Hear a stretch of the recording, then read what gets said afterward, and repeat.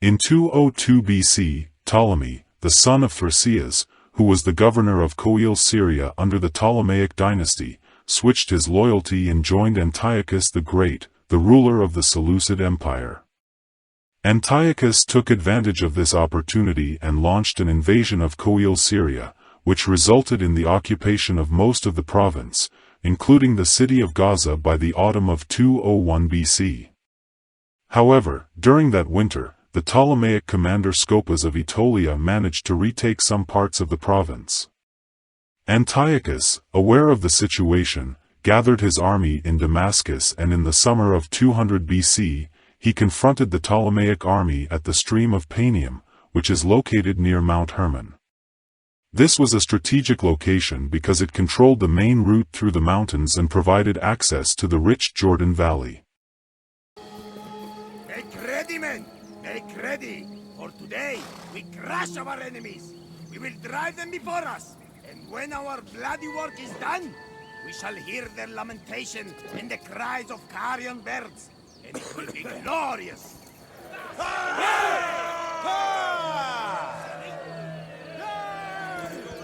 The Ptolemaic army, led by Scopas of Aetolia, was deployed with a front line that stretched 4 kilometers wide.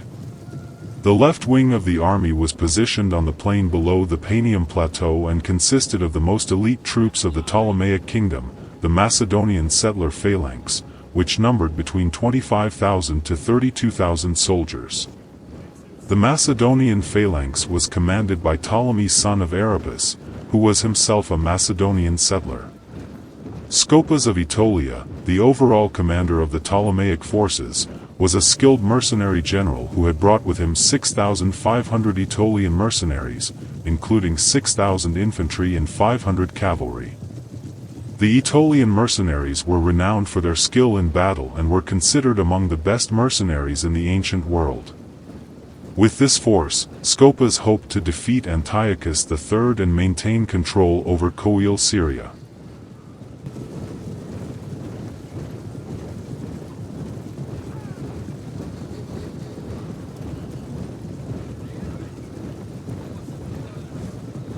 Those Easterners trouble me. I do not hold with men who think of wearing silks and perfumes. I do not care for insolent cowards. I do not care for them. It is time to arms. Oi, piggy boys! You want some of this? You know, with a good woman, today could be fun.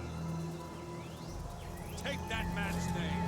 His armor is Antiochus the Great led a powerful Seleucid army that likely numbered around 70,000 soldiers, which was larger than the 68,000 soldiers he had commanded in the Battle of Raphia in 217 BC. This increase in troop numbers was due to Antiochus's recent reconquest of the upper satrapies, which gave him access to a larger pool of resources and soldiers.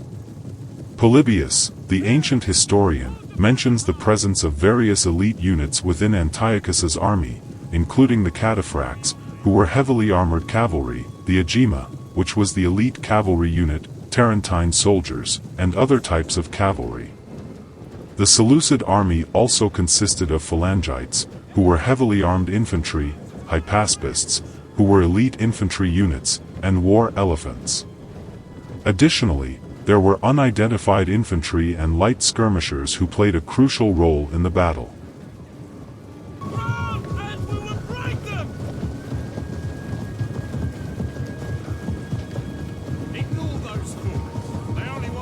During the battle, the Ptolemaic army's left flank was stationed opposite the Seleucid army on the plateau, which extended from Tel Hamra to the Kerman stream.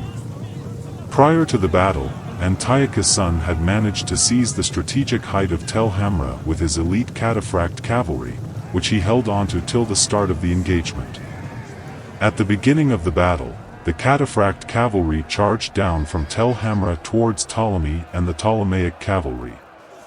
However, the Ptolemaic cavalry quickly broke and retreated, which was similar to their lackluster performance at the Battle of Raphia. Overall, it appears that the Ptolemaic army's left flank faced a challenging situation during the battle, which was compounded by the effective use of the cataphract cavalry by the Seleucids.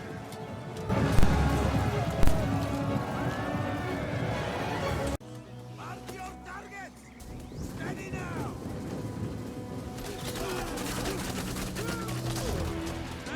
Take your shots down! They bloody well will!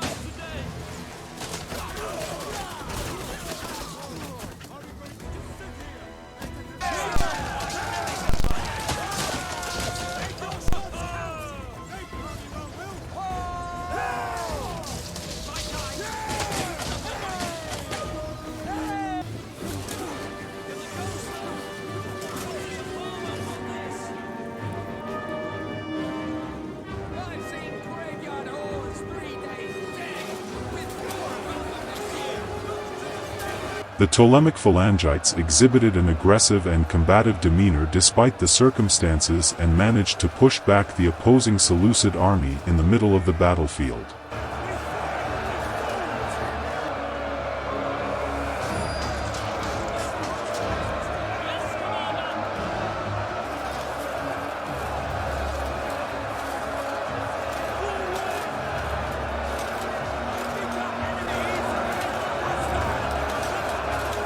However, the Seleucid army responded with a counterattack using their elephants, which were likely able to navigate through gaps or spaces in their own phalanx formation.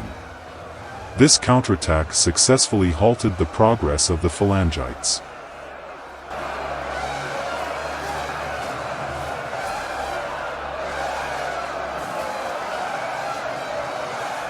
The turning point of the battle occurred at a later stage when the cataphracts, heavily armored cavalry soldiers, re-entered the combat zone and appeared behind the phalangites, putting them in a vulnerable position.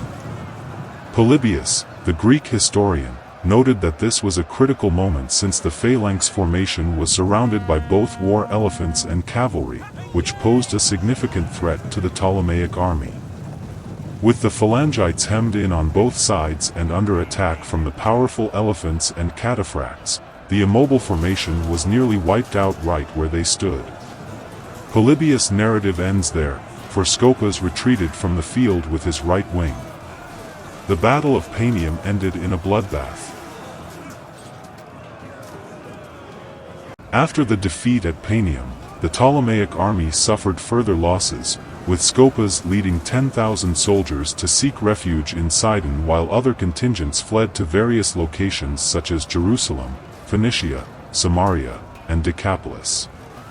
Eventually, all of these groups were forced to surrender by the end of 198 BC, and Coele-Syria came under Seleucid control. The Ptolemies were compelled to sign a peace treaty with Antiochus in 195 BC, marking the end of the conflict. As a result of the battle, the Ptolemaic state had to reduce the role of the Macedonian settler phalanx in the years that followed.